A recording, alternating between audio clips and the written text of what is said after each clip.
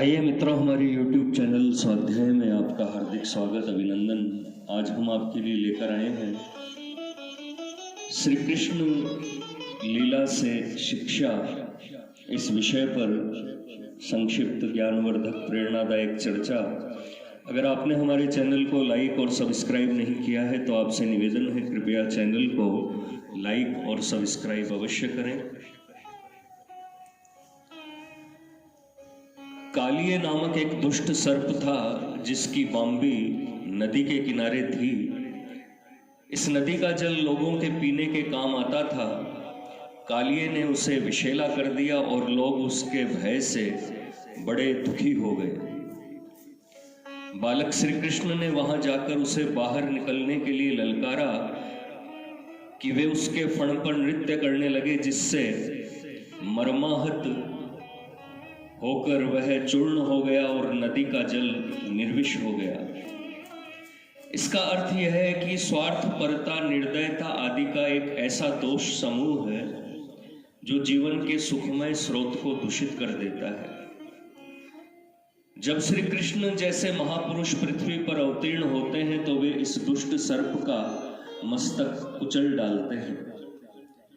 बात यह है कि उनके उपदेशों के और सर्वोपरि उनके महान पवित्र जीवन के प्रभाव के साथ साथ दिव्य लोक से वह माधुर्य की धारा बहकर आती है जो जीवन के स्रोत को पवित्र बना देती है। जब दीर्घकाल के बाद इस स्रोत का जल फिर दूषित होने लगता है, तब अंत में भगवान को इसे शुद्ध करने के लिए पुनः अवतार लेकर पृथ्वी पर आना पड़ता है। वृक्षों की कथा। एक बार श्री कृष्ण जब वे 7 वर्ष के भी नहीं थे, अपने सखाओं के साथ गोए चराते हुए दूर जंगल में जा पहुंचे। ग्रीष्म का सूर्य प्रचंड रूप से तप रहा था और विशाल वृक्षों की छाया बड़ी शीतल और सुखद थी। बाल कृष्ण अपने सखाओं से बोले, इन वृक्षों को देखो, किस प्रकार दूसरों के लिए जीवन धारण करते हैं। स्वयं प्रचंड आतप, वर्षा और वात को सहते हुए हमारी इन सब से रक्षा करते हैं। यहाँ भी ये हमारा अभिनंदन करने को खड़े हैं।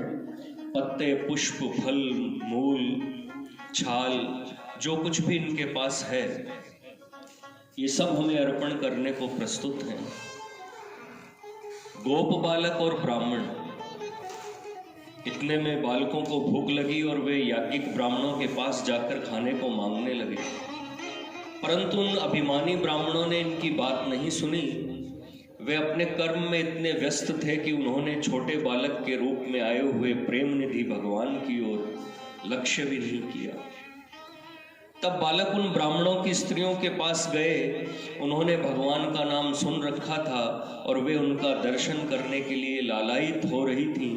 अतः उनके पास भोजन की जो कुछ भी सामग्री थी, उसे लेकर वे तुरंत भगवान के समीप पहुंची और उन्हें वह सामान दे दिया। उनके पतियों ने उन्हें बहुतेरा मना किया, परंतु उन्होंने उनकी एक भी नहीं सुनी।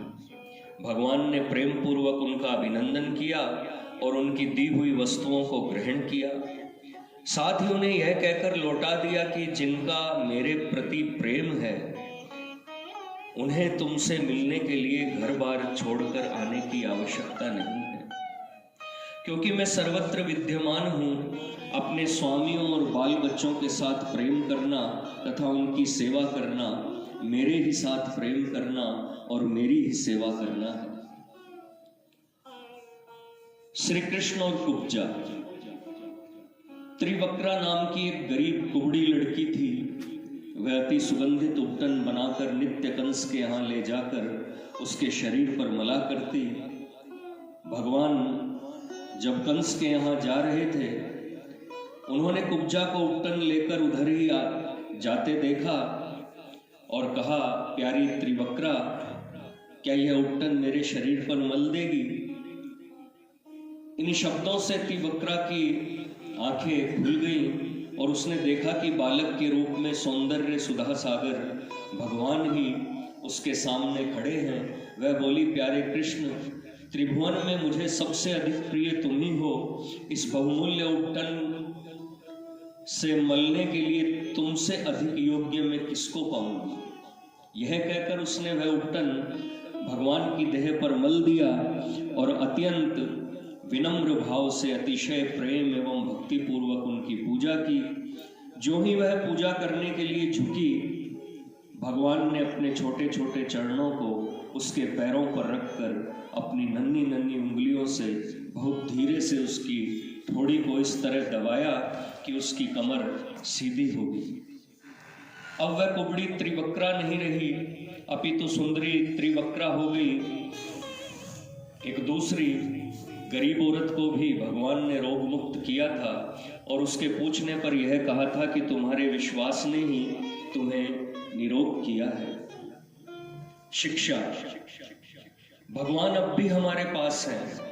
यदि आप और हम उन्हें जानना चाहें तो हमें त्रिवक्रा की तरह प्रसन्नता पूर्वक अपनी सबसे प्यारी वस्तु उनके अर्पण करनी होगी।